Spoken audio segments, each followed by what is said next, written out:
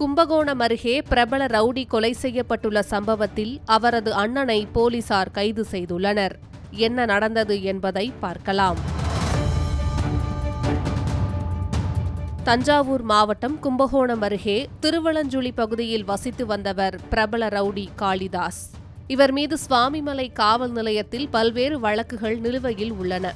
இதனிடையே கடந்த மாதம் அடிதடி வழக்கில் கைது செய்யப்பட்ட காளிதாஸ் கடந்த வாரம் நிபந்தனை ஜாமீனில் வெளியே வந்துள்ளார்.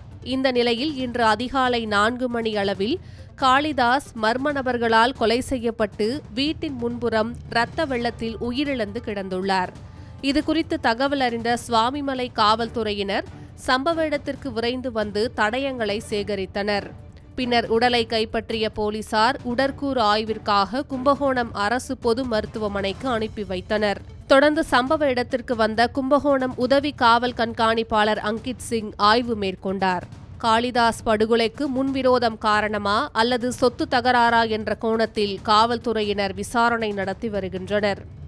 இந்நிலையில் போலீசாரின் முதல்கட்ட விசாரணையில் உயிரிழந்த காளிதாஸின் அண்ணன் பாண்டியன் என்பவர் தேனாம்பேட்டை நடுநிலைப் பள்ளியில் ஆசிரியராக பணியாற்றி வந்த நிலையில் காளிதாஸ் குடிபோதையில் குடும்பத்தை சரிவர கவனிக்காமல் இருந்து வந்ததால் அவரது அண்ணன் பாண்டியன் நேற்று இரவு காளிதாஸை கண்டிக்க சென்றுள்ளார் என்று தெரிய வந்துள்ளது. அப்போது காளிதாஸ் குடிபோதையில் அண்ணன் பாண்டியனை தாக்க முயற்சி செய்த போது தற்காப்புக்காக பாண்டியன் மரக்கட்டையால் காளிதாஸை தாக்கியதில் தலையில் காயமடைந்து உயிரிழந்துள்ளார். தற்போது பாண்டியனை கைது செய்த போலீசார் தீவிர விசாரணை மேற்கொண்டு வருகின்றனர். கோபத்தில் சொந்த அண்ணனே தம்பியை அடித்து கொலை செய்த சம்பவம் கும்பகோணம் பகுதியில் பெரும் பரபரப்பை ஏற்படுத்தியுள்ளது.